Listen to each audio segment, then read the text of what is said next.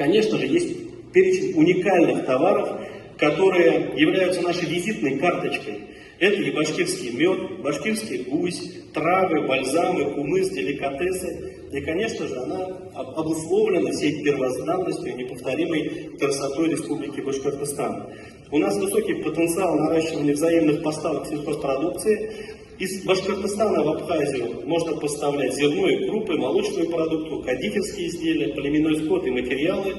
Перспективно использование производимых у нас биопрепаратов и биоактивированных и минеральных удобрений. В свою очередь мы крайне заинтересованы в импорте рыбной продукции.